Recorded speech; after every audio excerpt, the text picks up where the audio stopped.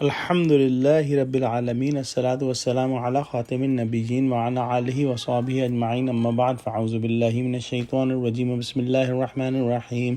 قال اللہ تعالی فی سورۃ الانعام: اولئک الذین ھدی اللہ فبہداہ مقتدہ قل لا اسألکم علیہ اجرا ان ہوا الا ذکری للعالمین۔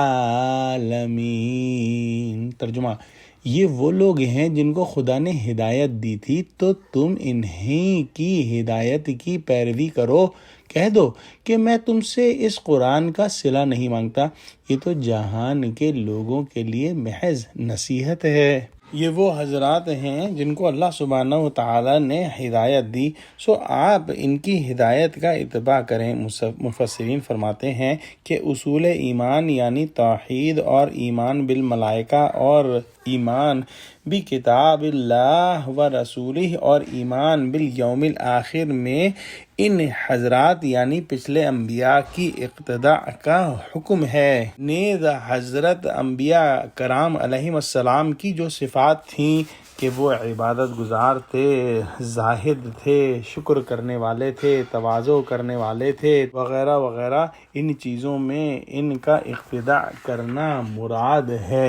ان حضرات نے اپنی قوموں کے انکار اور ایذا رسانی پر صبر کیا، حلم سے کام لیا، آپ بھی اس کو اختیار کریں۔ پھر فرمایا: قل لا اسألکم علیہ اجرا، کہ میں اس پر تم سے کوئی اجرت طلب نہیں کرتا۔ یہ جو تبلیغ اور دعوت کا کام ہے، یہ سب اللہ کی رضا کے لیے ہے، اس کا ثواب مجھے اللہ سبحانہ و تعالیٰ عطا فرمائیں گے۔ یہ مضمون قرآن میں اور جگہ بھی آیا ہے۔ گویا اس کا مطلب ہے کہ میں تم سے کسی معاوضے کا طلبگار نہیں ہوں۔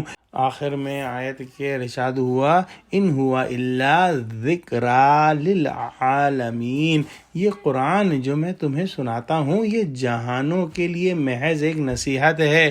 اس میں سیدنا محمد صلی اللہ علیہ وآلہ وسلم کی بعثت عمومی کا ذکر ہے۔ جب قرآن سارے جہانوں، سارے جنات، سارے انسانوں کے لیے ہے اور کسی خاص قوم کے لیے مخصوص نہیں ہے، تو قرآن لانے والے بھی ان سب کے لیے اللہ کے بھیجے ہوئے رسول ہیں۔ دعا کرتے ہیں کہ اللہ سبحانہ و تعالی ہم کو قرآن کا فہم عطا فرما اور قرآن کی قدر و قیمت کو ہمارے دلوں میں رچا بسا دے، اور ہم کو قرآن پر ایمان لانے والا، قرآن کو پڑھنے والا، قرآن کو سمجھنے والا، قرآن پر عمل کرنے والا اور قرآن کی تبلیغ کرنے والا بنا دے۔ آمین۔ وآخر دعوانا الحمد للہ رب العالمین، والسلام علیکم ورحمۃ اللہ وبرکاتہ۔